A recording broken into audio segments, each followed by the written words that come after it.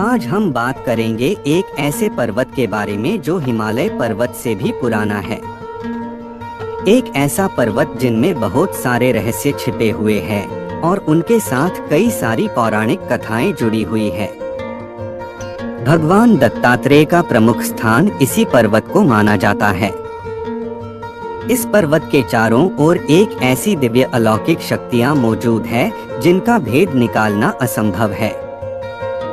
इस पर्वत की गुफाओं में 200 से 300 वर्षों से भी ज्यादा वर्षों के सिद्ध साधुओं और सन्यासियों रहते हैं और योग साधना करते हैं। तो चलिए बात करते हैं गुजरात के सबसे रहस्यमय पर्वत गिरनार के बारे में। साथ ही जानेंगे उसके इतिहास और रोचक तथ्यों के बारे में। तो वीडियो बड़ी ही रोचक होने वाली है, तो वीडियो में अंत तक अवश्य बने रहे। यदि चैनल पे पहली बार आ रहे हैं तो चैनल को सब्सक्राइब करें और बेल नोटिफिकेशन ऑन करें। ज्यादा विलंब न करके वीडियो में आगे बढ़ते हैं। गिरनार ज्वालामुखी द्वारा बना हुआ पर्वत है। गिरनार पर्वत गुजरात राज्य के जूनागढ़ शहर से 5 किलोमीटर दूर 5 पर्वतों का समूह है। इस पर्वत के कुल मिलाकर 9,999 पगथिए यानी स्टेप है। इस पर्वत के कुल 5 शिखर है, जिसमें गोरख की 3,600 फुट, अंबाजी की 3,300 फुट, गौमुखी की 3,120 फुट, जैन मंदिर की 3,300 फुट और माली परब की 1,800 फुट की ऊंचाई है, जहां पर 84 सिद्ध साधुओं और 9 नाथ विराजित है। पौराणिक ग्रंथों में गिरनार को रैवत, रैवतक, कुमुद, रैवताचल और जैन धर्म में उज्जैन पर्वत के नाम से जाना जाता है। इस पर्वत समूहों पे कुल 866 मंदिर आए हुए हैं। भवनाथ का मंदिर गिरनार पर्वत का केंद्र स्थान है। भाविक भक्तों भवनाथ मंदिर में दर्शन करके यहीं से गिरनार पर्वत चढ़ने की शुरुआत करते हैं।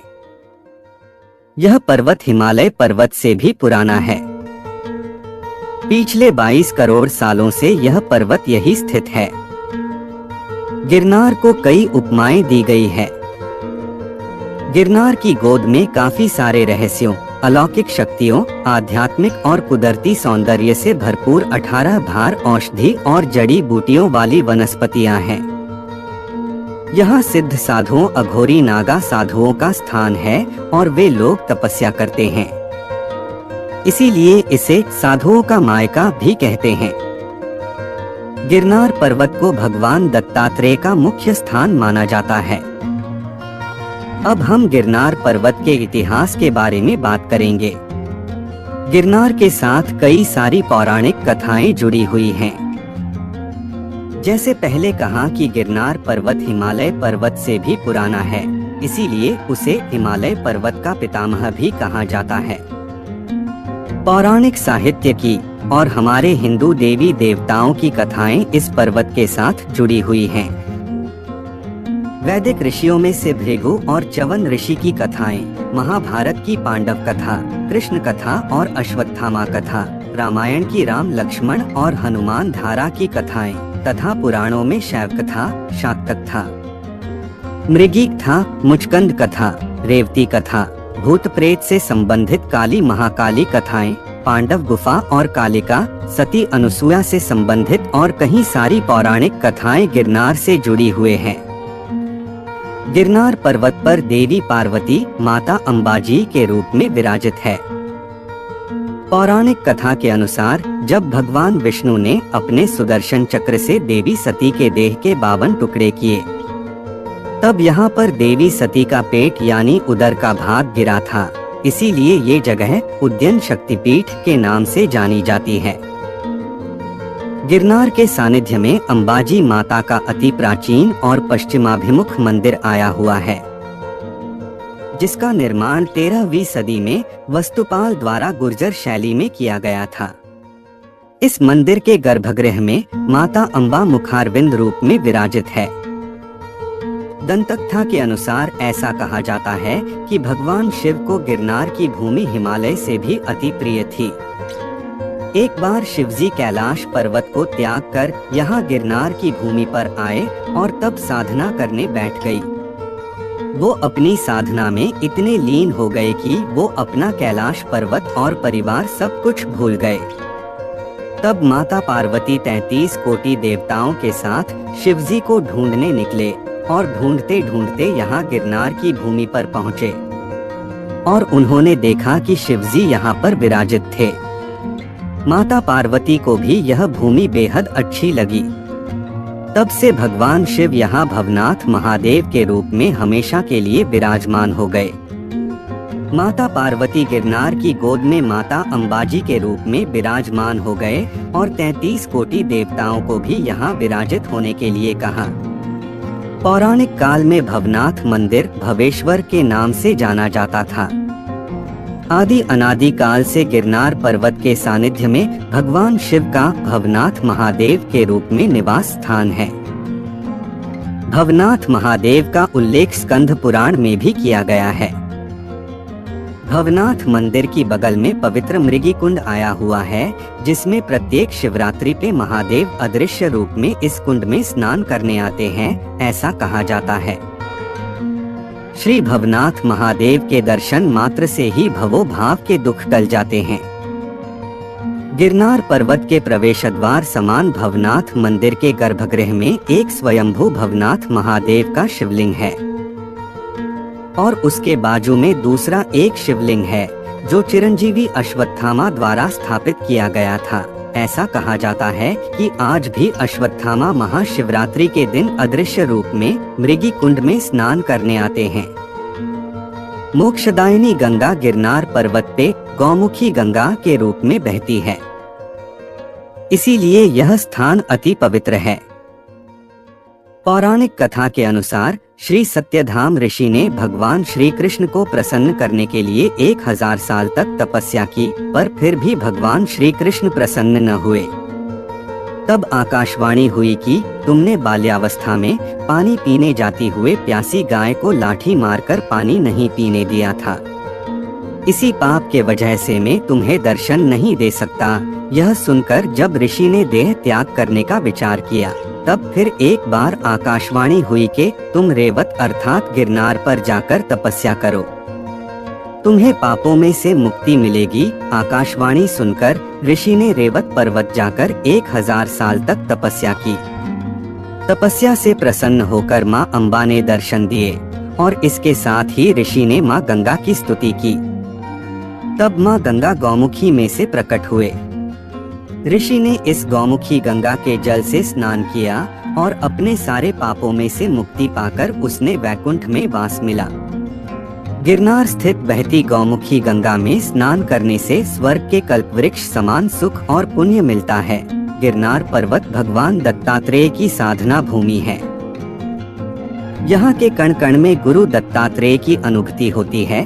पूरे भारत देश में सिर्फ गिरनार ही एकमात्र स्थान है जहाँ गुरु दत्तात्रेय के चरणारविंद आए हुए हैं। ऐसा कहा जाता है कि ब्रह्मा विष्णु महेश के स्वरूप में प्रकट हुए गुरु दत्तात्रेय ने गिरनार में 12,000 साल तपस्या की थी। गिरनार के शिखर पे आया हुआ गुरु दत्तात्रेय का षटकोण आकार का मंदिर त्रेतायुग के समय का है। मगध वंश का नाश करने के बाद जब सम्राट चंद्रगुप्त मौर्य ने समग्र भारत पर विजय पताका लहराते लहराते ईसा पूर्व 322 के बाद में चंद्रगुप्त मौर्य ने सौराष्ट्र भी जीत लिया था। उस समय सौराष्ट्र का पाटनगर जूनागढ़ था। चंद्रगुप्त ने यहाँ पे पुष्यागुप्त नामक अपना एक सूबा रखा था। यहाँ की व्यवस्था संभालने के लिए पुष्यगुप्त ने यहाँ सुवर्णसिक्ता नदी पर सुदर्शन नामक तालाब का निर्माण करवाया था। सम्राट अशोक के सूबा तुसाच ने उसमें नहरें खुदवाकर सिंचाई का काम शुरू करवाया था। स्कंदगुप्त के पर्णदत्त नामक सूबा ने अतिवृष्टि से टूटे हुए सुदर्शन तालाब को फिर से बनाया था। मौर्य वंश के राजाओं द्वारा लिखे हुए शिलालेख यहाँ गिरनार पर्वत पर है। ईसा पूर्व 1152 के आसपास राजा कुमारपाल ने यात्रियों के लिए गिरनार पर्वत में सीढ़ियां बनाई। बदलते समय के साथ यात्रिकों की सरलता के लिए और सुविधाएं उपलब्ध कराई गई। आज गिरनार पर्वत तक पहुंचने के लिए गुजरात सरकार द्वारा रोपवे उड़नखटोले की व्यवस्था की गई है। गिरनार के साथ सती राणक देवी की कथा गुजरात में बहुत प्रचलित है। 10 से 11वीं सदी के दौरान जब राजा सिद्धराज जयसिंह ने जूनागढ़ पर आक्रमण कर वहां के राजा राखेंगार को मारकर उसकी रानी राणक देवी को ले जा रहा था, तब सती राणक देवी ने अपने भाई गिरनार के पास मदद मांगी थी। सती राणक देवी ने गिरनार को कहा कि बोझारा गिरनार वलामण वेरीने कियो, मरता राखेंगार खडेड़ी खांगो न थियो। इसका अर्थ ये है कि अपने राजा को मरते हुए देखकर भी अभी भी तुम खड़े हो। यह सुनकर गिरनार पर्वत लड़खड़ाने लगा, उसके पत्थर नीचे गिरने लगे। धीरे धीरे वो पर्वत पूरे तरीके से गिरने वाला था। अगर ये पर्वत के पत्थर लगातार गिरने लग गए तो पूरा जूनागढ़ शहर और उनके लोगों का नाश हो जाएगा। ऐसा सोचकर रानी राणक देवी ने अपने दोनों हाथ ऊपर करके अपने भाई गिरनार पर्वत को कहा, रुको गिरनार कहकर शांत रहने को और ना गिरने को कहा। और गिरनार पर्वत की गिरती हुई शिलाएं वहां स्थिर हो गई। कुछ शिलाएं तो लटकी हुए हैं, मानो वो अभी गिरेगी। आज भी ऐसे लटके हुए पत्थर है और उनपे सती राणक देवी के हाथ के निशान हैं। सुवर्णरेखा नामक नदी गिरनार की सबसे पौराणिक नदी है। पृथ्वी को पावन करने के लिए नागराजा की आज्ञा से पाताल में से यहाँ गिरनार क्षेत्र में अवतरित हुई थी। भगवान कृष्ण के भाई बलराम की शादी रेवती से हुई थी। देवी रेवती भी इस गिरनार पर्वत से जुड़ी हुई है। अब हम गिरनार के पर्यटन स्थल के बारे में बात करेंगे। गिरनार पर्वत 5 पर्वतों का समूह है। इस पर्वतमाला में पौराणिक गुफाएं, कुएं, वाव, मंदिर, कुंड आए हुए हैं। गिरनार का प्रथम शिखर पर जैन देरासर आया हुआ है। वह भगवान नेमिनाथ के चरणारविंद से पावन हुआ एक दीक्षा कल्याणक, ज्ञान कल्याणक और मोक्ष कल्याणक तीर्थ स्थान है। परम शांति की अनुभूति कराता और मोक्ष का द्वार माने जाते इस देरासर में 14 जिनालय आए हुए हैं, जो अति प्राचीन कलात्मक है। इस देरासरों का निर्माण वस्तुपाल तेजपाल द्वारा किया गया है, जिसमें भगवान नेमिनाथ का जिनालय प्रमुख स्थान पर है। श्री नेमिनाथ भगवान के मंदिर के प्रांगण में अधिष्ठात्री देवी माता अंबाजी की मूर्ति है। दक्षिण द्वार में प्रवेश करते ही इस जिनालय में अत्यंत आकर्षक रंग मंडप आता है, जो 41.6 फुट चौड़ा है और 44.6 फुट लंबा है। मंदिर के गर्भगृह में भगवान श्री नेमिनाथ की श्यामवर्ण प्रतिमा है, जिसके दर्शन मात्र से ही भक्तों की सारी थकान दूर हो जाती है और केवल परम शांति की अनुभूति होती है।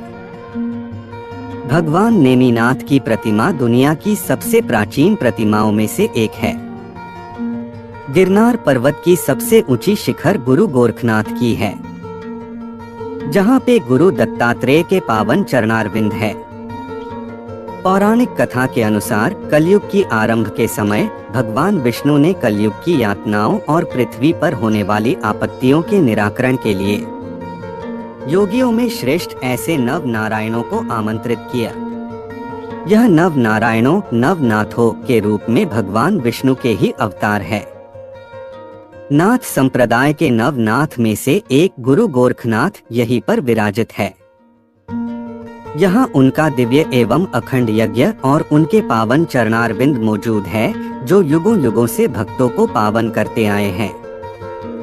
यहाँ पर भगवान दत्तात्रेय का षटकोण आकार का प्राचीन मंदिर भी आया है। इस पवित्र तीर्थ स्थान पे 26 फुट ऊंचा और 151 किलो के वजन का एक धर्म ध्वजा स्तंभ स्थापित है। यह ध्वजा स्तंभ गिरनार की पवित्रता में दिव्यता अर्पण करता है। गिरनार पर्वत चढ़ने से पहले भवनाथ मंदिर के पास ही मृगी कुंड आया है, जहां प्रति वर्ष महाशिवरात्रि पर नागा साधुओं और सन्यासियों स्नान करते हैं।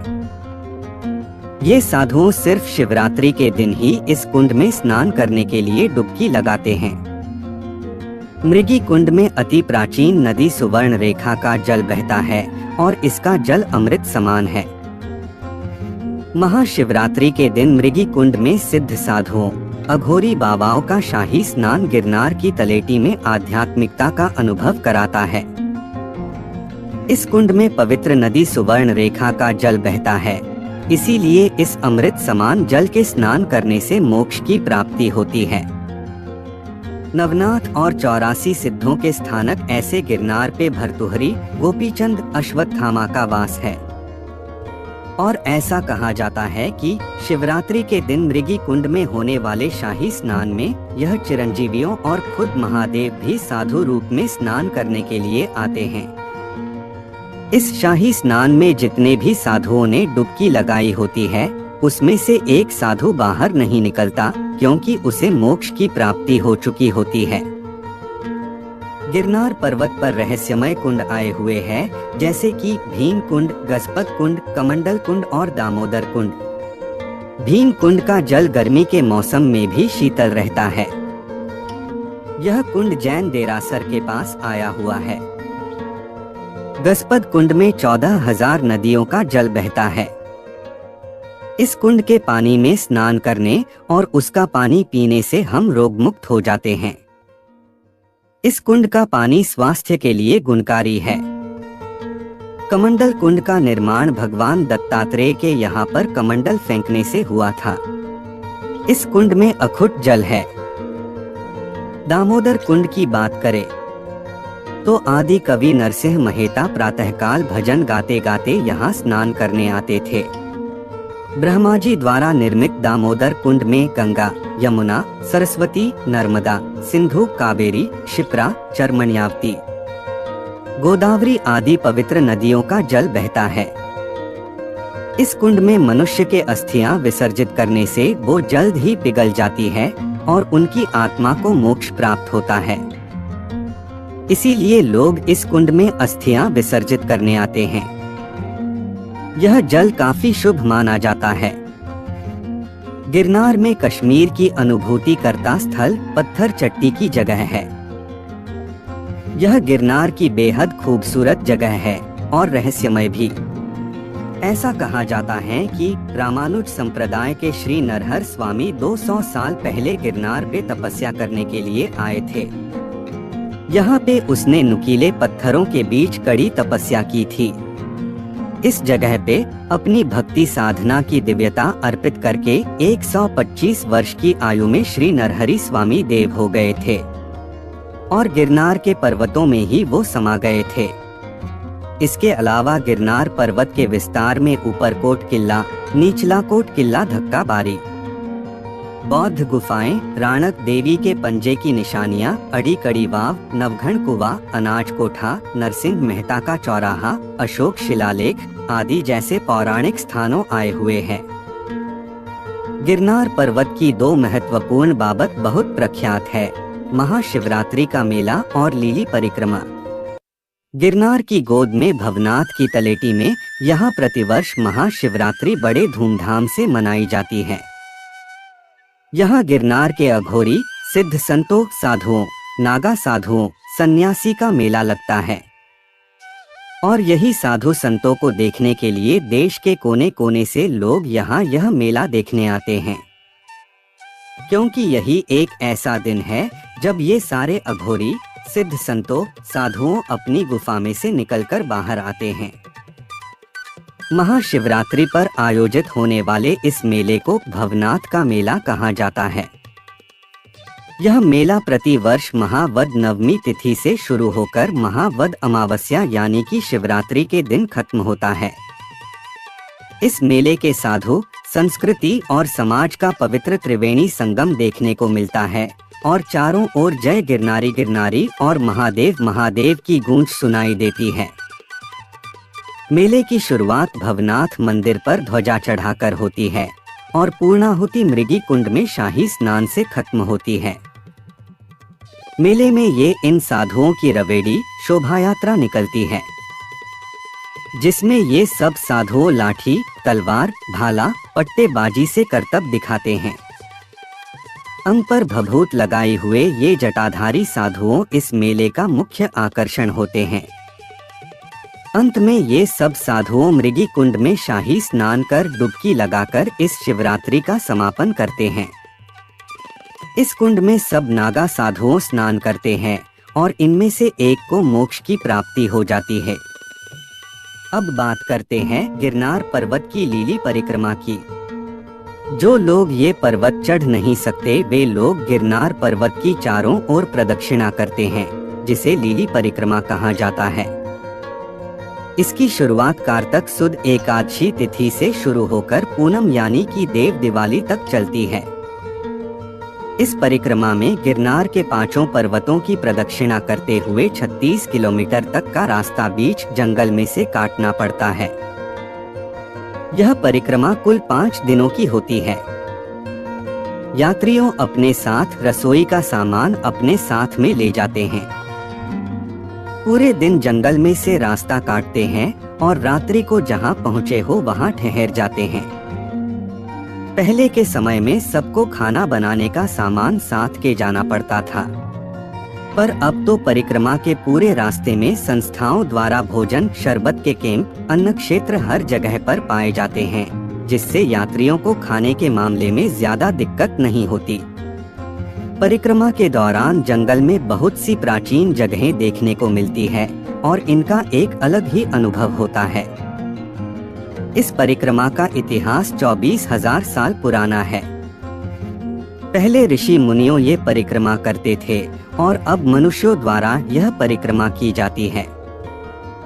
अब हम गिरनार पर्वत के बारे में कुछ रोचक बातें करेंगे।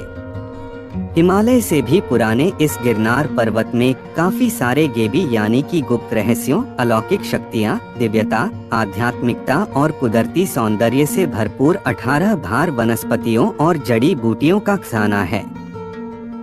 गिरनार को वस्त्रापत क्षेत्र भी कहा जाता है, क्योंकि यहाँ सिद्ध साधुओं ने अपने वस्त्रों त्याग कर तप साधना की थी। गिरनार के सानिध्य में सदैव आदेश का नाद गूंजता है। आदेश नाथ संप्रदाय का अति पावनकारी मंत्र है। आदेश का मतलब महादेव। गिरनार की गुफाओं में बसते नाथ संप्रदाय के सिद्ध साधुओं, सन्यासियों अलख निरंजन बोलते हैं। अलख का मतलब शिव होता है और निरंजन का मतलब परमात्मा, इसीलिए अलख निरंजन का अर्थ है निर्गुण निराकार परमात्मा। शिव निर्गुण है, निराकार है, इसीलिए नाथ पंथ के साधुओं अलख निरंजन बोलते हैं। गिरनार पर्वत में 18 भार वनस्पतियां मौजूद है।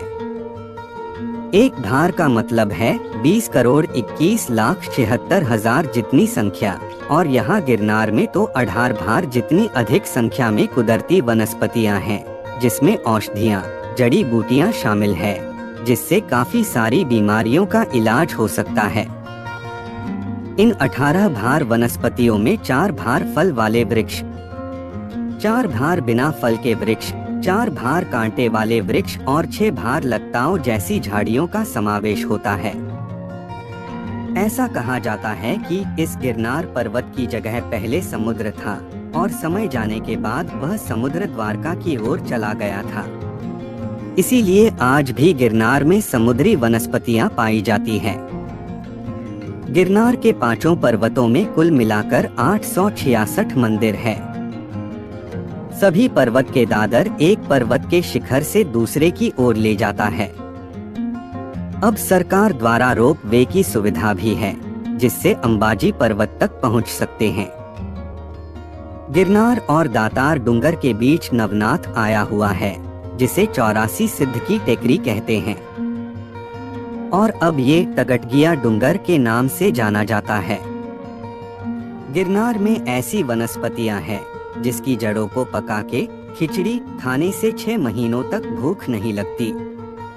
गिरनार की पहाड़ियों में अनेकों गुफाएं और गुप्त स्थानों हैं, जहां पर अनेकों साधु, संत, महंत, सिद्ध, योगी, अघोरी, महात्माओं ने बसकर अपनी तप साधनाओं को सिद्ध किया है। आज भी गिरनार की गुफाओं में 200 से 300 सालों से भी ज्यादा समय से आत्मध्यान में लीन विभूतियां, साधु पाए जाते हैं। जैन ग्रंथों तथा अन्य ग्रंथों के अनुसार यक्ष आदि अनेक आत्माएं भी यहाँ गिरनार में बसती है। गिरनार में बसते सिद्धों, महंतों, जटाधारी साधुओं के चमत्कारों की काफी सारी बातें वहाँ के लोगों से और यात्रियों से सुनने को मिलती है। एक चमत्कारिक किस्सा सुनते हैं।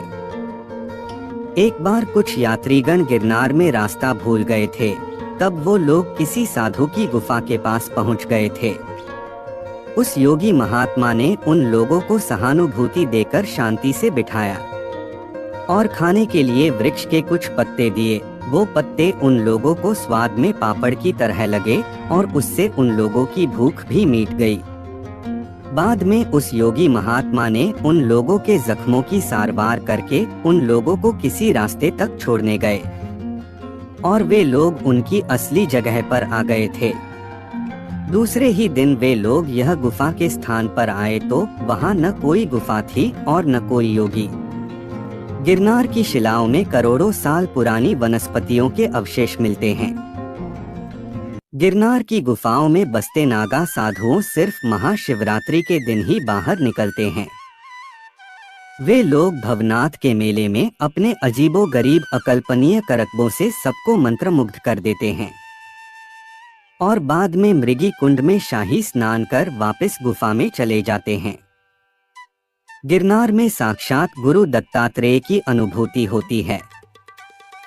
गिरनार की कथानिधि में वह सबसे प्रमुख स्थान पर है। योग मार्ग में जिसकी सर्वोच्च देव के रूप में पूजा होती है, वो दत्तात्रेय योगियों और नाथ संप्रदाय के गुरु है। उसी तरह भूत प्रेत आदि के निवारणकर्ता एवं मोक्षदाता भी है। गिरनार को कथानिधि कहा गया है। कथा का मतलब कहानी और निधि का मतलब खजाना। गिरनार के साथ काफी सारी पौराणिक कथाएं जुड़ी हुई है, जिसका मुख्य माध्यम गिरनार पर्वत है। हमारे हिंदू धर्म के 33 कोटि देवी देवताओं से लेकर उज्जैन का राजा विक्रमादित्य और उसके बड़े भाई राजा भरथरी भी गिरनार के साथ जुड़े हुए हैं। राजा भरथरी उज्जैन में अपना सारा राजपाट छोड़कर यहाँ गिरनार में तप साधना करने आए थे।